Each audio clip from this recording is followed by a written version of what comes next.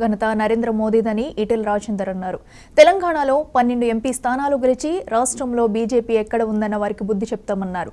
తెలంగాణ ఉద్యోగుల సమస్యలపై పోరాడే పార్టీ బీజేపీ అని చెప్పారు. మోదీకి ప్రపంచ దేశాలు రెడ్ కార్పెట్ వేసి స్వాగతం పలుకుతున్నాయని తెలిపారు. దేశంలో శాంతి ఉండాలంటే మోదీ ప్రభుత్వం మళ్లీ అధికారంలోకి రావాలని ఈటెల అన్నారు. 75 సంవత్సరాల కాలంలో 50 సంవత్సరాల పైబడి దేశాన్ని పాలించిన పార్టీ కాంగ్రెస్ పార్టీ. 40 సంవత్సరాల పైబడి పాలించిన పార్టీ ఈ రాష్ట్రంలో కాంగ్రెస్ పార్టీ. కానీ దళితులకు కానీ గిరిజనులకు కానీ మైనార్టీలకు కానీ ఒరగబెట్టింది ఏం లేదు. ఇవాళ గిరిజన మంత్రిత్వ శాఖ దేశంలో మొట్టమొదటిసారిగా వాజ్పేయి గారు ప్రధానమంత్రి గారు ఉన్నప్పుడే గిరిజన మంత్రిత్వ శాఖ తీసుకొచ్చి గిరిజనుల బతుకుల్లో వెలుగు నింపే ప్రయత్నం చేసిన పార్టీ నాయకుడు వాజ్పేయి గారు.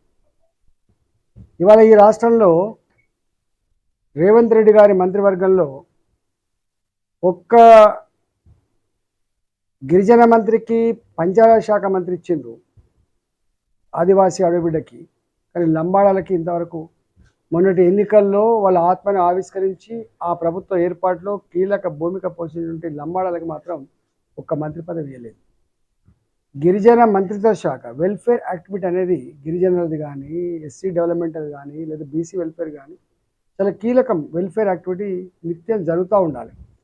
అలాంటి దానికి ఇప్పటిదాకా ముఖ్యమంత్రి గారి కిందనే పెట్టుకోవడం తప్ప గిరిజన మంత్రిత్వ శాఖ ఒక గిరిజన ఇచ్చినటువంటి సందర్భం లేదు.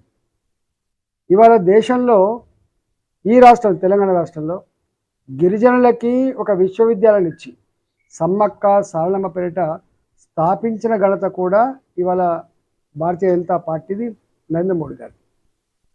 దేశంలో ప్రధానమంత్రిగా అయిన తర్వాత ఒక దళిత బిడ్డకి 2014లో మోడీ గారు అధికారంలోకి వచ్చిన తర్వాత ఒక దళిత బిడ్డని రాష్ట్రపతిని చేసే చరిత్ర భారతీయ జనతా పార్టీది.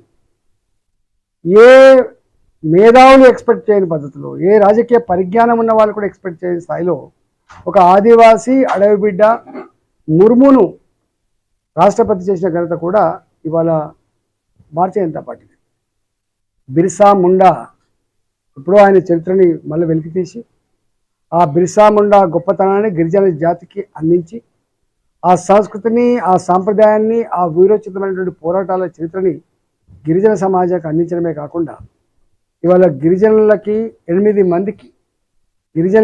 మందికి కేంద్ర క్యాబినెట్లో తీసుకునే చరిత్ర కూడా మోడీ గారికి దక్కింది.